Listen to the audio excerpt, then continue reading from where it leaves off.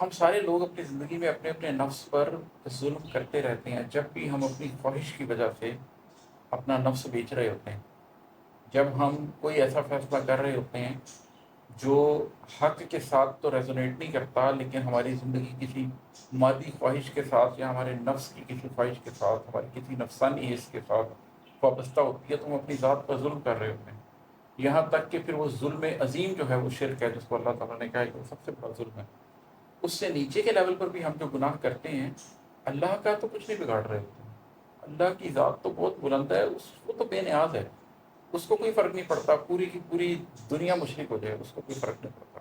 پوری کی پوری دنیا ہر طرح کے گناہ پہ آمادہ ہو جائے، اس کو کوئی فرق نہیں پڑتا۔ لیکن جو ہم گناہ کرتے ہیں، جو زیادتیاں کرتے ہیں، جو حقوق اللہ میں ڈنڈی مارتے ہیں، جو حقوق العباد میں ظلم کرتے ہیں،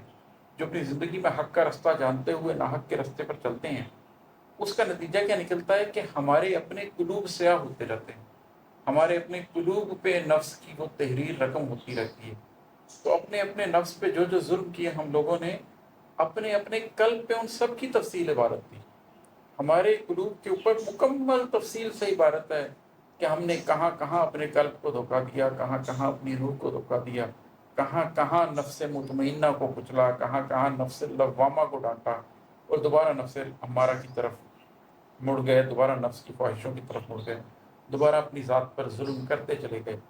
یہ آپ کو جو معاشرے میں بڑے بڑے نام نظر آتے ہیں، جن کے بارے میں آپ کو پتہ ہے کہ کسی نے سیاسی طور پر، کسی نے معاشی طور پر کرپشن سے، ظلم سے اپنا نام، اپنا عہدہ، اپنا پیسہ بنایا ہے،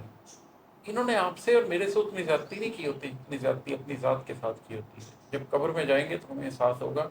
کہ ہم نے اپنے اپنے نفس کے اوپر جو جو ظلم کیے ہیں، اس کے نتیجے میں اپنے اپنے قلب کی کیا کیا تحریک کھوئی ہے، اور روشنی جو ہمارے قلب میں اتر سکتی تھی، جب ہمیں اس روشنی کی سب سے زیادہ ضرورت ہوگی، جب قیامت کے دن مومنین بھاگ رہے ہوں گے اور ان کے آگے آگے اور ان کے دائیں دائیں ان کا نور توڑتا ہوگا، اور وہ اللہ سے دعا کر رہے ہوں گے کہ اللہ ہمارے لیے اپنے نور کی تکمیل کر دے۔ اس وقت کچھ ایسے بھی لوگ ہوں گے جن کا نور کبھی جلتا ہوگا، کبھی بجھتا ہوگا، 4 قدم چلتے ہوں گے، 2 قدم کے لیے رک جاتے ہوں گے، اور کچھ ایسے بھی لوگ ہوں گے جن کے پاس نور ہی نہیں ہوگا، اور ان کو پیچھے دھکیل دیا جائے گا، اور اہل نور اور ان کے درمیان ایک دیوار کھینچ دی جائے گی۔ وہ چیخ چیخ کر کہیں گے کہ کیا ہم تمہارے ساتھ نہیں تھے؟ اور اسے کہا جائے گا کہ ہاں تم تھے تو ہمارے ساتھ ہی، لیکن تمہیں دنیاوی خواہشات نے بھٹکا دیا اور تم اس راستے کے اوپر چلتے رہے۔ کہ میں جو پچھلے 5 7 8 10 فکرے بولے ہیں، سب قرآن کی آیات کا ترجمہ میں آپ کو سنا رہا ہوں۔ تو ہم نے اپنے نفوس پر جو ظلم کیے ہیں وہ ہمارے اپنے قلوب پر عبارت ہیں۔ کسی کا ہم نے کیا بگاڑا ہے؟ سب سے زیادہ اپنی ذات کا بگاڑا ہے۔ اور ہے کہ آنکھ چھلکنا بھی چاہے تو دل قائم رکھتا تھا اسے،